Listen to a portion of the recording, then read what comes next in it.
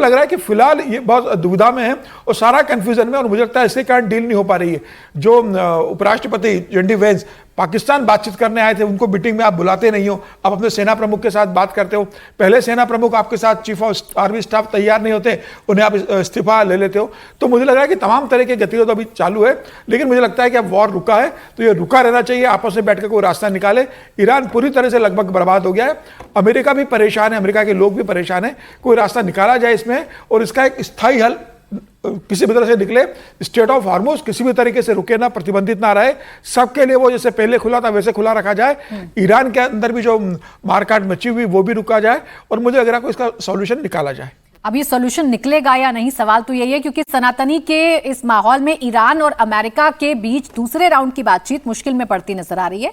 इस बीच ईरानी संसद के स्पीकर ने भी अमेरिका को धमकी दी है। गालिबाफ ने कहा है कि ईरान के खिलाफ अमेरिका की नाकाबंदी युद्ध की आग भड़काने वाली है।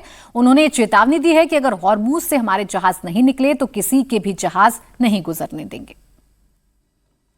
ईरान चेतावनी दे रहा है तो ईरान को लेकर ट्रंप ने एक और बड़ा बयान दिया है। ट्रंप ने कहा है कि ईरान के खिलाफ नाकाबंदी जारी रहेगी, 3 दिन में सीजफायर की मियाद खत्म होने वाली है।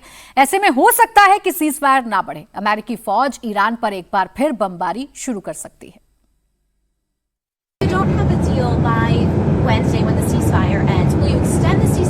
I don't know. Maybe not. Maybe I won't extend it. Okay. But the blockade is going to remain. But maybe I won't extend it. So you have a blockade, and unfortunately, we'll have to start dropping bombs again. तो Trump को भी सुन लिया, Iran को भी आपने सुन लिया। ये कहा जा सकता है कि मिडिल ईस्ट एक बार फिर जंग के मुहाने पर खड़ा है। 3 दिन बाद सीजफायर की मियाद खत्म हो रही है। ट्रंप फिर से बम बरसाने की धमकी दे रहे हैं। तो IRGC ने कहा है कि अमेरिका ये ना सोचे कि हमारी मिसाइलें खत्म हो गई हैं। अगर दूसरा राउंड शुरू होता है तो हम नई सीरीज यानी अप्रैल और मई में बनी मिसाइलों से अमेरिका और इजराइल पर हमला करेंगे। तो ट्रंप की बातें ईरान को चुभ रही हैं और अब एक और बयान उन्होंने ऐसा दिया है जिस पर ईरान ने पलटवार किया है। ट्रंप ने कहा है कि हम ईरान की मदद से ही ईरान का एनरिच्ड यूरेनियम वापस लेकर आएंगे। You'll be very happy. The USA will get all nuclear dust. You know what the nuclear dust is? That was that white powdery substance created by our B-2 bombers, those great B-2 bombers, late one evening 7 months ago. And somebody said, how are we going to get the nuclear dust? We're going to get it by going in with Iran, with lots of excavators. We need the biggest excavators you can imagine. But we're going to go in together with Iran. We're going to get it, and we're going to take it back home to the USA.